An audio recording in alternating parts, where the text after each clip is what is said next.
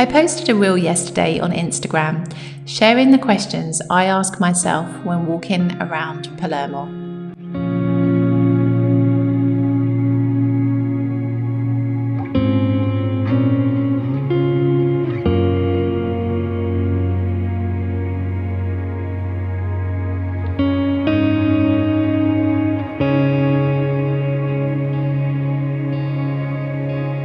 Questions ultimately led back to one thing. Why don't we ever appreciate what we have? Now, I can say the same thing about my city. Did I ever appreciate how connected London is as a city? How you can hop on a tube, bus or train and easily reach where you want to go? Not always.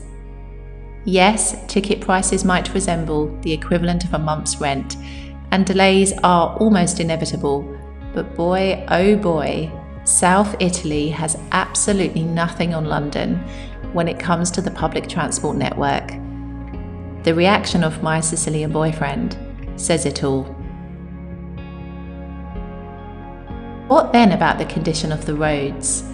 Sure, I used to find myself complaining about potholes in London and overall street maintenance, but walking and driving in Palermo is like continuously treading on the remains of a volcanic eruption. I've never seen such poorly maintained roads or pavements in my life.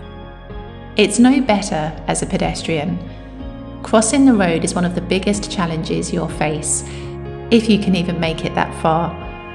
Cars park wherever they please, often blocking crossings with blatant arrogance.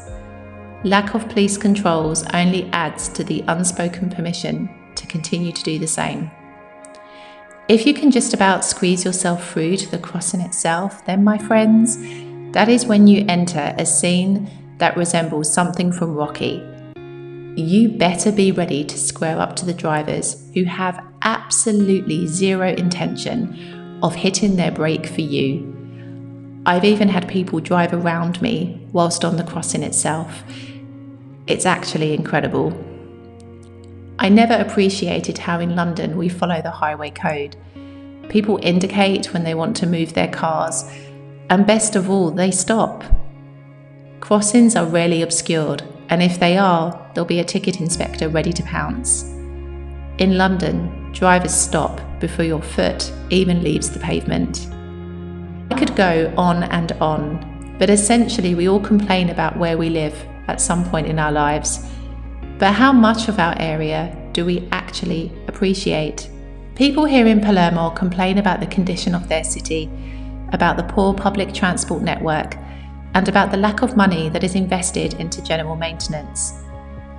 The reality is, though, that a city is made up of people, and if a percentage of a city's population think it's okay to leave their dog's feces on the floor, or to drop their rubbish where they please, without fear of penalty, no amount of money or investment is going to change that.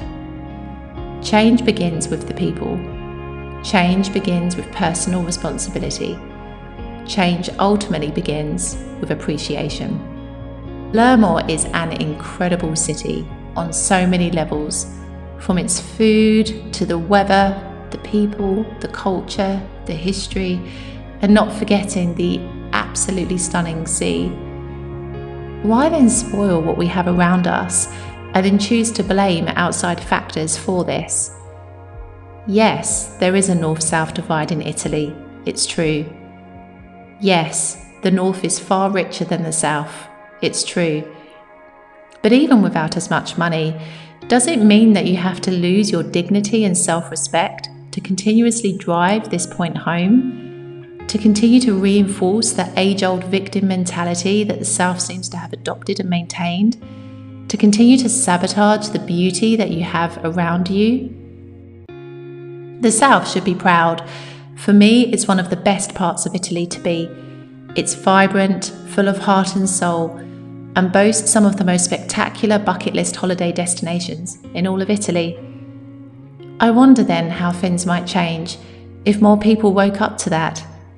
If more people chose to see the opportunities that the South has to offer, instead of just focusing on its flaws, and started to really appreciate living in one of the most stunning and iconic parts of the world.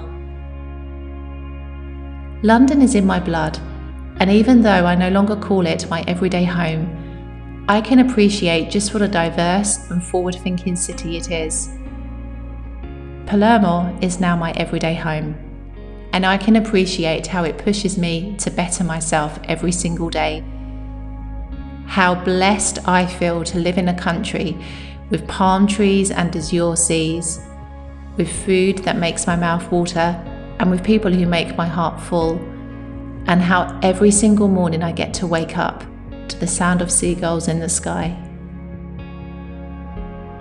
Life isn't always perfect, but it's finding appreciation for the simple things that ultimately can make the biggest difference.